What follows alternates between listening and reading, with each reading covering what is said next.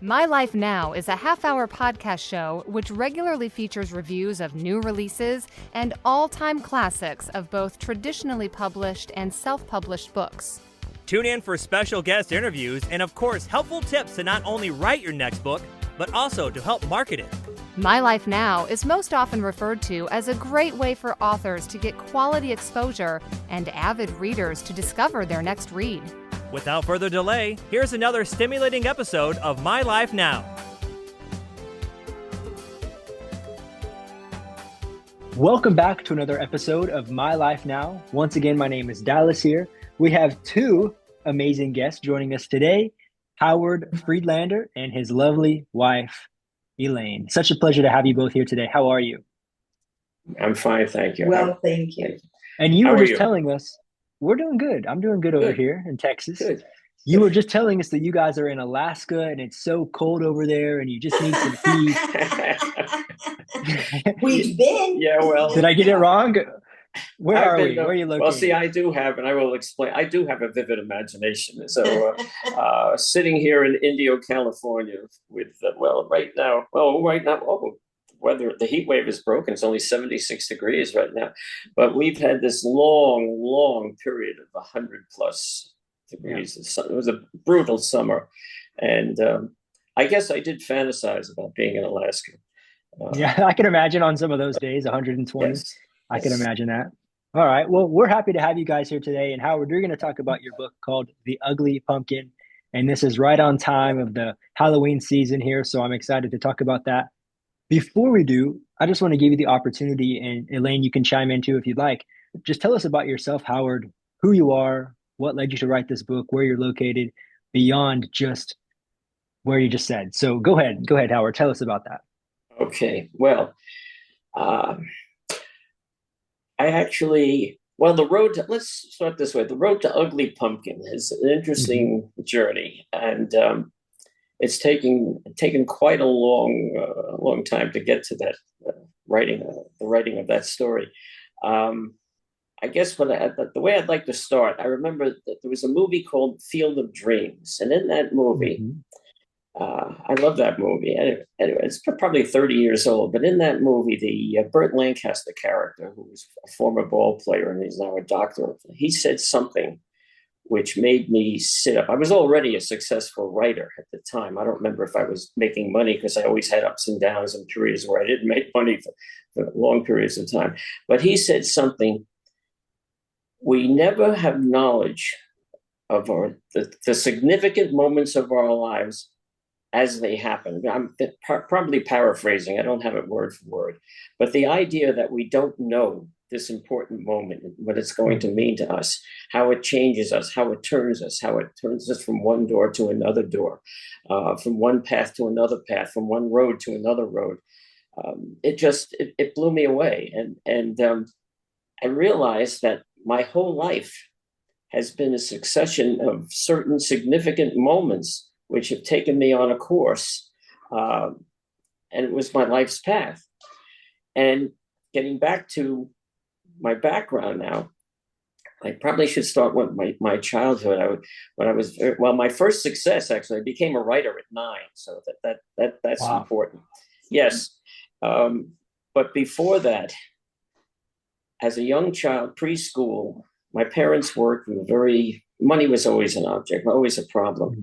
And my grandmother stayed in the house and was pretty much my guardian. She was European, spoke broken English. We didn't talk very much, but I loved her. She loved me. She spent her time cooking and listening to soap operas.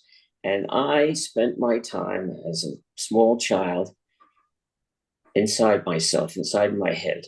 I didn't go out much. I didn't have many friends. I was withdrawn. I was shy. But I had a gift, I guess a God-given gift of this imagination. And I could just bury myself inside myself and create all these fantasies and these wonderful stories and everything. And I would act out all the characters, and they would be like mini movies. And I was always the hero at the end. I was always rescuing someone or doing some kind deed or whatever. And as I said, I was blessed with this imagination, and it got me through my childhood.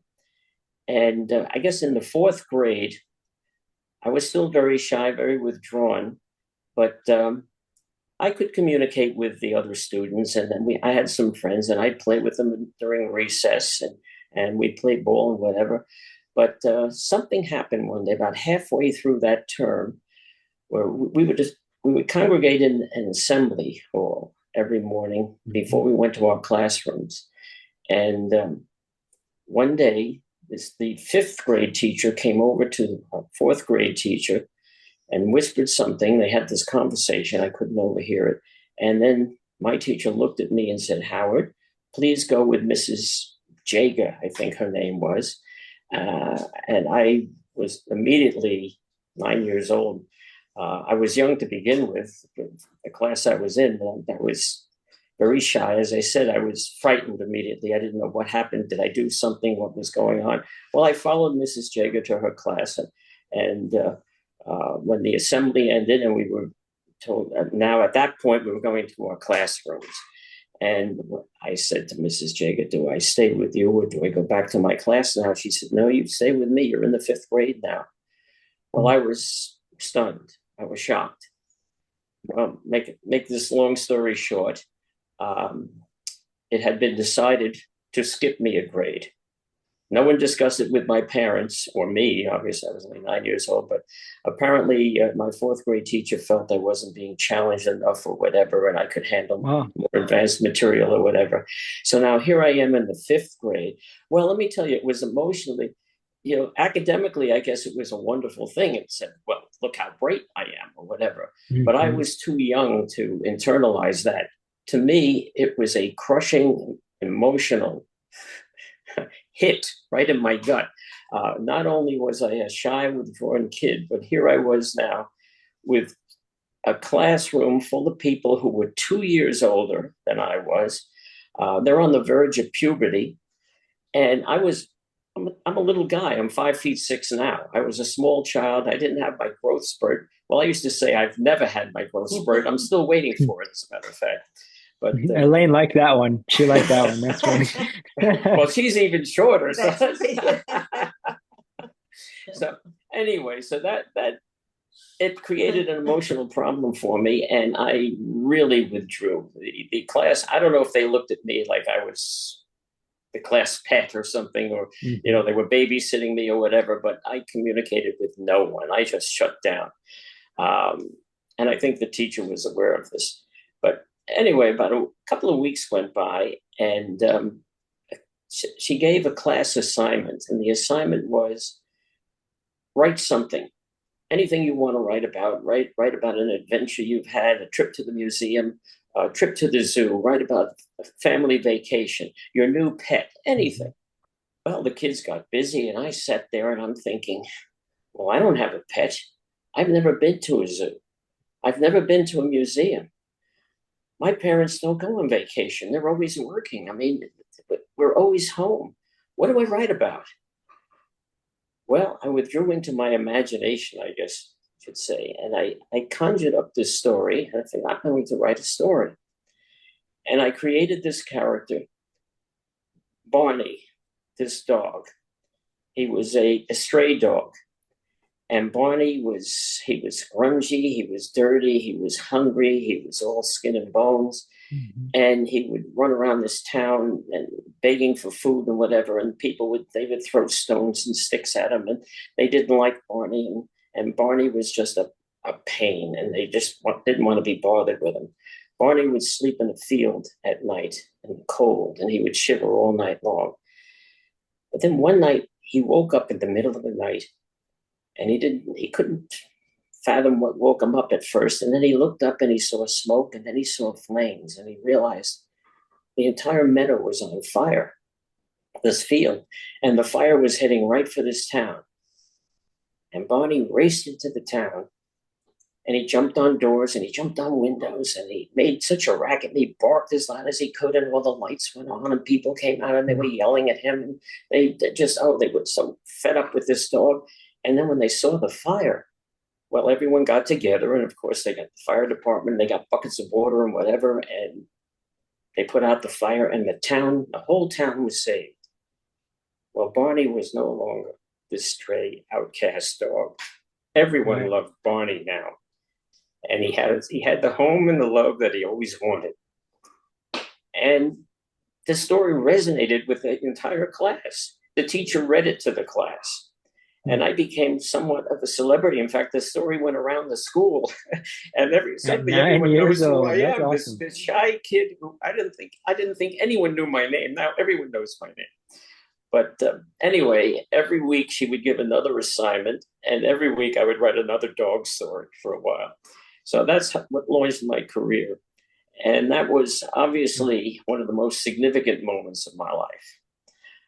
Well, years went by. I grew up. I went to college, and I knew I wanted to be in the movie business. I always knew that. I never really felt I could be a professional writer. Don't ask me why. It was just a lack of confidence.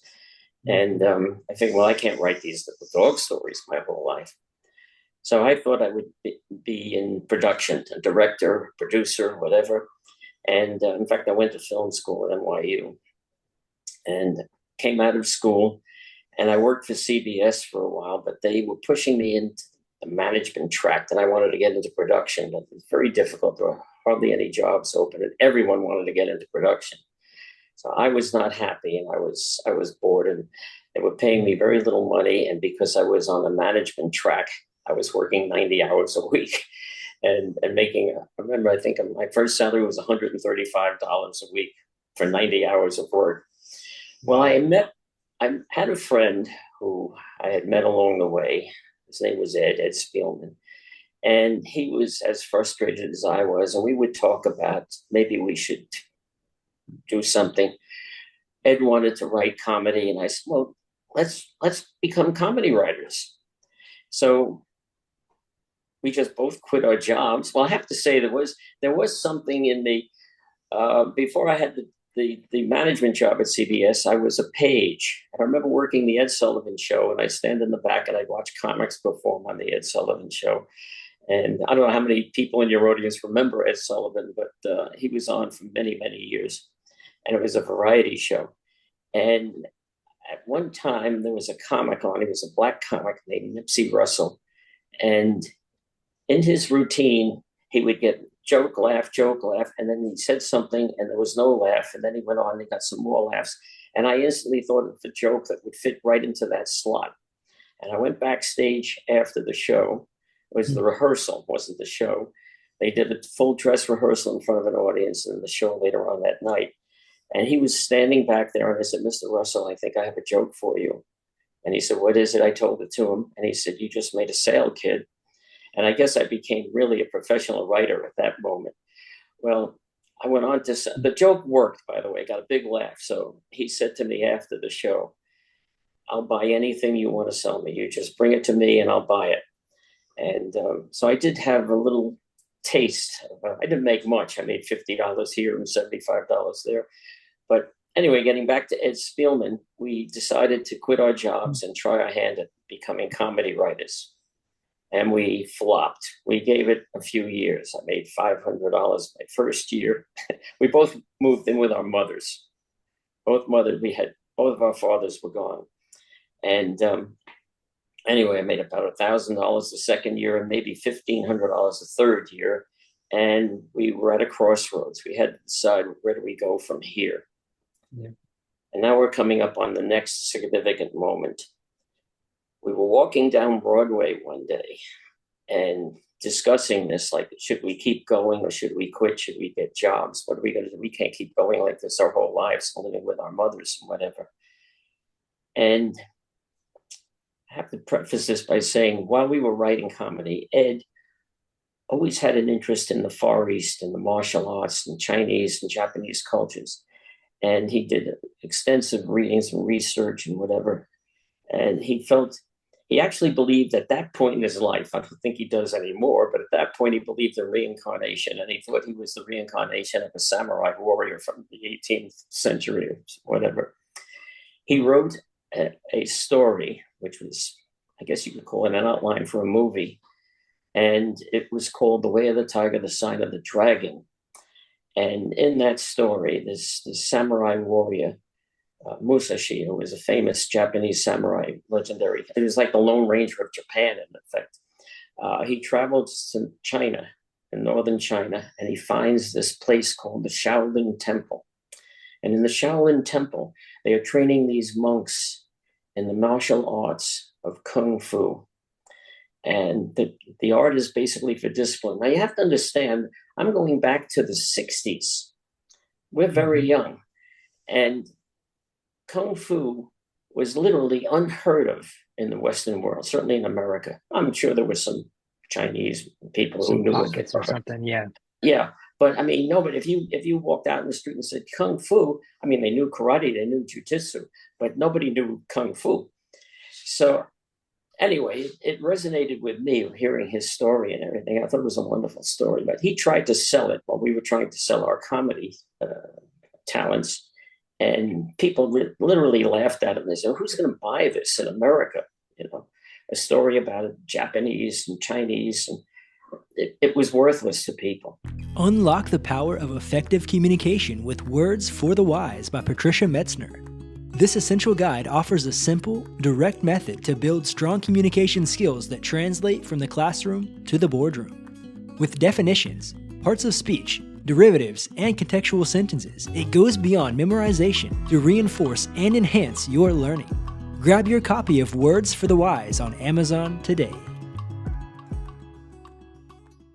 Ready to elevate your life? Tune in to the Eugene Hamilton Podcast, your weekly dose of inspiration, hope, and empowerment.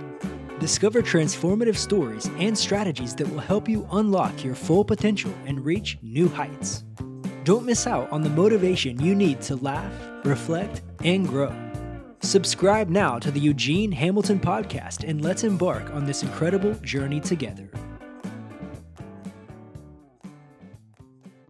Well, getting back to this walk down Broadway now, after 3 or 4 years of starvation, literally, writing comedy, something very strange happened, and it's never happened again in my life, and I could never explain it.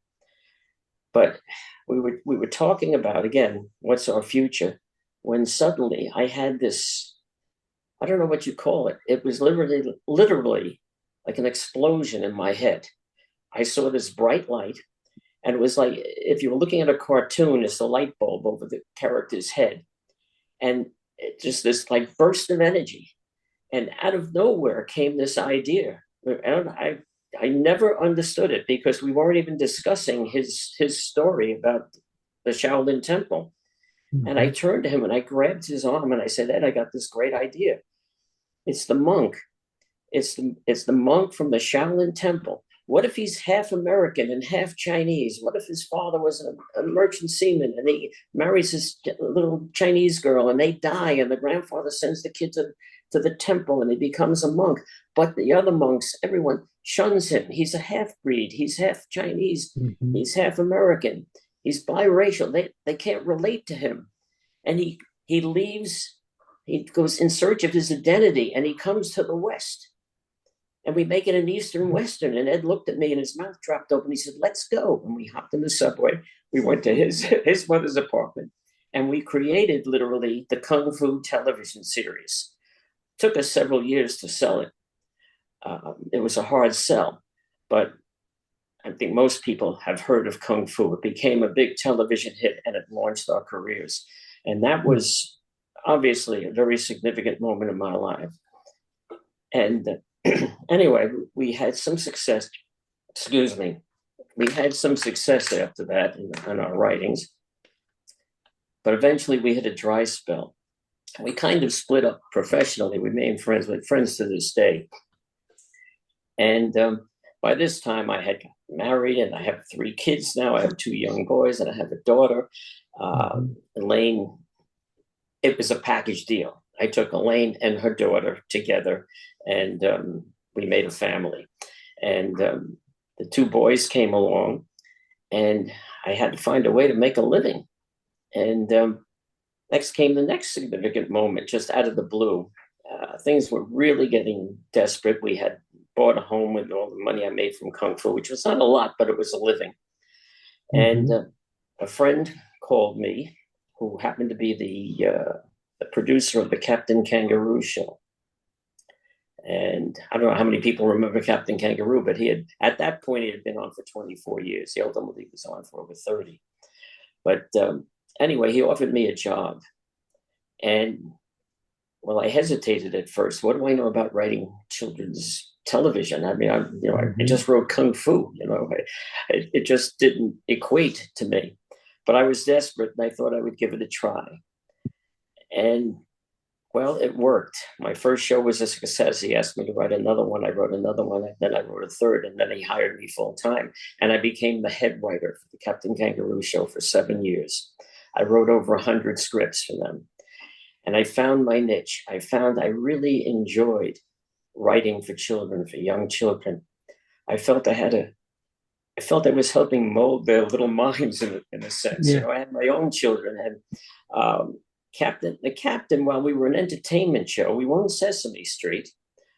We weren't there to teach, really, but we were there to entertain, but also to talk about values and the importance of being good people and good citizens and whatever. And the idea was to relay a good message, but we had to entertain. We had to entertain not only the child, but also mommy, for the most part, or daddy, if daddy was home. Because when you're talking to 3, 4, 5-year-olds, it's the parent that controls, or certainly in those days, controls the TV. So, as I said, it was very successful. Now, it came to an end after 7 years. The show went off the air. And, well, I had to decide which direction am I going in now? Do I get back into adult TV and film or whatever, or look for something into the children's television area? Well, there really weren't any children's television shows that would hire me at that point. There's just nothing available. So I started looking for work in the television field. But along the way, I had this nagging thing about how happy I was writing Captain Kangaroo, and how easy it was for me. I mean, the ideas would just flow and flow. And I mean, I can tell you stories where I would wake up in the middle of the night, go to the bathroom, and think of a show while I'm walking half asleep, and race down to my office at 2 in the morning or 3 in the morning and start writing a Captain Kangaroo show. And Elaine would wake up, and the kids would wake up at 6, 7 o'clock, and I'd say, "Get out, shut up, stop making noise, I'm working." And I'd make her leave the house. Well, she had to take them to school anyway. But anyway, Halloween was coming, and the kids were very excited. I remember sitting at the table, and I was carving their jack-o'-lantern, and the kids were criticizing me and giving me instructions to make the eyes bigger, make the nose more scary, the mouth more scary. And suddenly I had this other significant moment. I just thought, why don't I write a children's book? Well, a couple of people have suggested that to me. And I started thinking of the jack-o'-lanterns, and I saw the pumpkin patch. And I started thinking, well, what about the pumpkin patch? What would make it different? What would make it an interesting story?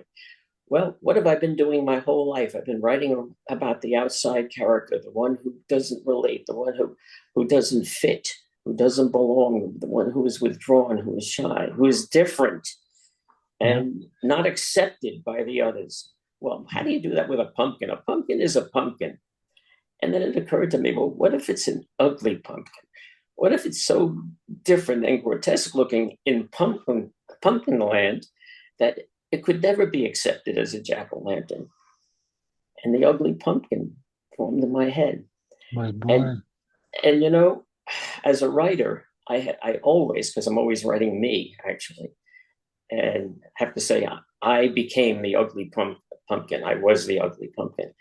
I always would insert myself into the character. Well, now, I mean, a dog was easy because I love dogs. And of course, human characters were obviously very easy to inhabit. But now I had to become a pumpkin. So that was a challenge. But I became the ugly pumpkin. And so what can the ugly pumpkin do? How does he redeem himself? He's an object of ridicule. All he wants, his dream is to be a jack-o'-lantern. And he's told he can't be a jack-o'-lantern. He's just not the type, and the other pumpkins just laugh at him and ridicule him, and he slinks off, and he's very unhappy and very disgusted. And well, the significant moment in his life happens when Blinky, the firefly, comes along, and then the rainstorm comes. And that's the turning point in the story, in the book, of course. And he realizes that there will be no Halloween, and all the jack-o'-lanterns will be drowned out. And he has this epiphany. He's the only one who can save Halloween with the help of Blinky. And of course, I'm sure you read the book. They save Halloween.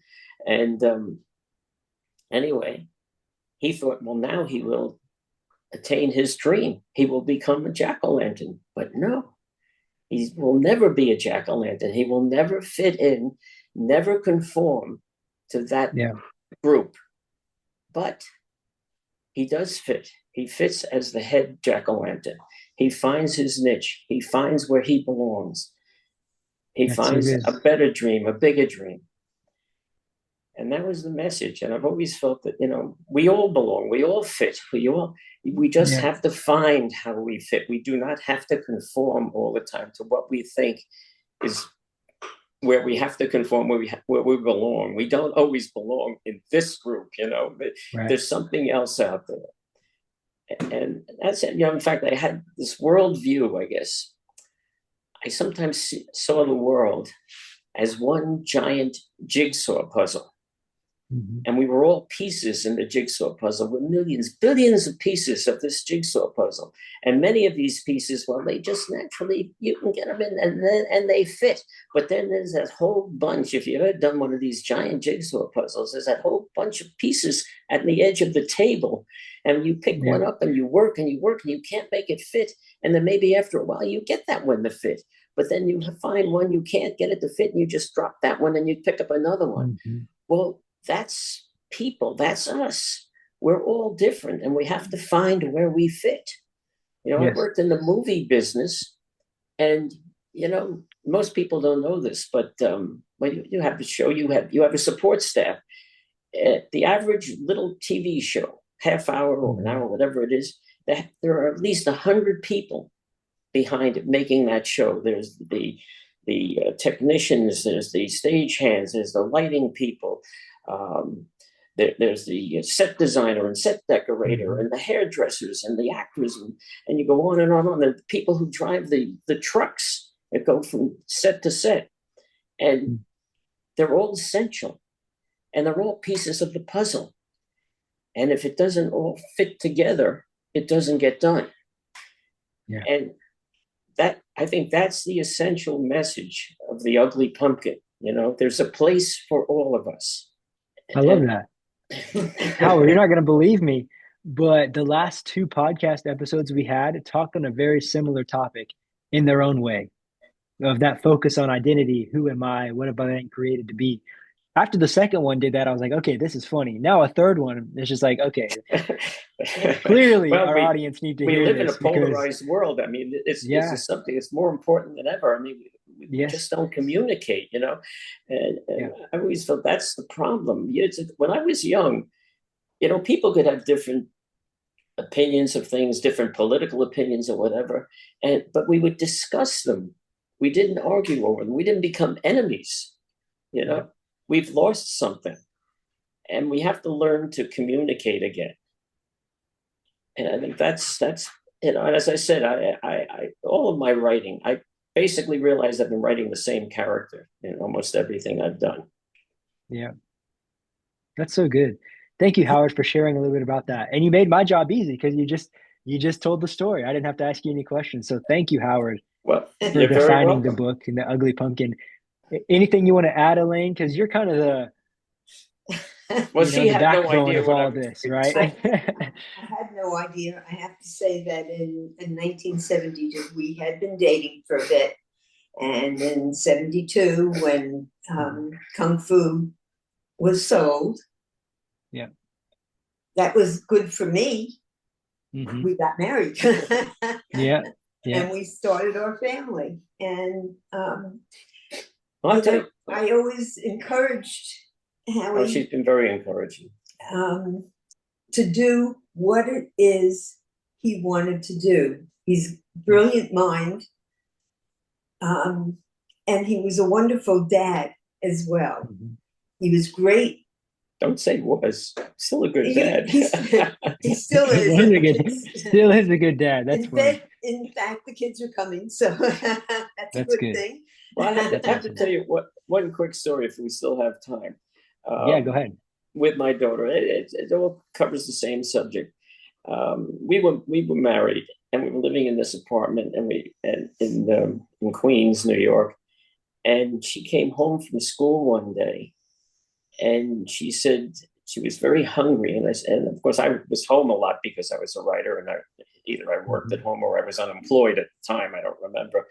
But I said, "Why are you hungry? You had lunch. You took your lunch to school." She said, "Well, this girl stole my lunch." So I said, "What do you mean she stole your lunch?" "She just took it." She said, "Well, when I dug out the story, it was the period in the 60s, I guess, well, the late 60s, early 70s, where the city, they had started a busing program where they were taking kids from the low income neighborhoods and busing them into middle class neighborhoods. And they were busing from this black neighborhood to this school in Queens and in Forest Hills where we lived. And this little girl, she was a little black girl, and she was very poor, obviously. Like Randy described her with the way she was dressed and whatever. So I said, well, she was probably very hungry, and she didn't have her own lunch. Why don't you take 2 sandwiches tomorrow and give her a sandwich? So we did that. I gave her 2 sandwiches, and yeah, what? Oh, I don't know what that was. It was that computer made a sound. Anyway, the girl was very grateful. And I've changed the story a little bit, so don't. Okay. I mean, I left out certain elements to shorten it. But anyway, I said I don't know, for about a week we were making sandwiches. Well, ultimately, the school started a program where they were feeding this kid. But the punchline, or the conclusion, the ending of the story, the happy ending, is that Randy, our daughter, who really could not relate to this girl from another world. She looked different. She dressed different. She spoke differently. Yeah. And likewise, the girl, all she knew was my daughter was a source of her lunch right. for her lunch. Well, they became friends. They got together over a sandwich, which I thought was, I always thought that would be a great story, how they could get together over a sandwich. Make friends over a sandwich. Yeah. Yeah. So again, it was just another part of this puzzle, pieces of the puzzle. Yeah. I used to say my father, who was a truck driver, most parents would not aspire to their kids to be a truck driver. But my father was a great father, and he died very young, so I didn't have him as long as I would have liked. But when I thought about it, I never thought any less of my father because he was a truck driver. He delivered food to a grocery store. And because he did that, people could go to that grocery store and buy their food for the day or the week or whatever.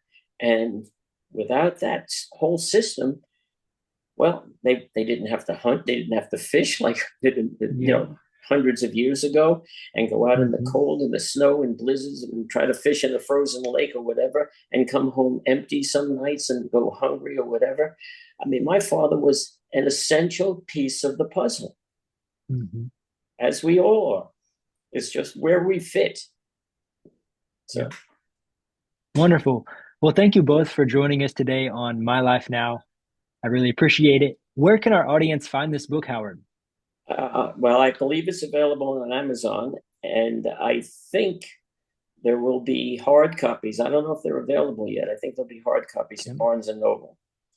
But I think you can buy paperback copies or internet copies, whatever they call them, at Amazon. That I know. Okay. I'm sure that they're there now. We'll add that link in the description right now so you guys can click on that and find the book there. And so that is, once again, The Ugly Pumpkin by Howard Friedlander. Got it right. Thank you. Thank you. And don't just buy the book. I want to encourage you guys to review the book as well. because that really helps our authors to get the word out there, especially someone who's been in the industry so long as you, Howard. So thank you for joining us. It's been a pleasure. We learned a lot today, and I hope to have you back on another episode, and you can tell us more about all your books that you've written, because it sounds like you have quite a history there. So I would like to dive into some of those other things that you've been talking about. So thank you so much. It's a pleasure to have you, and we'll see you on the next episode. Thank you. Thank you. Thank you for listening and supporting another episode of My Life Now. Please remember to subscribe to our podcast show and share it with a friend. Together, we can keep the message of these books alive. Until we turn the next page together, stay classy.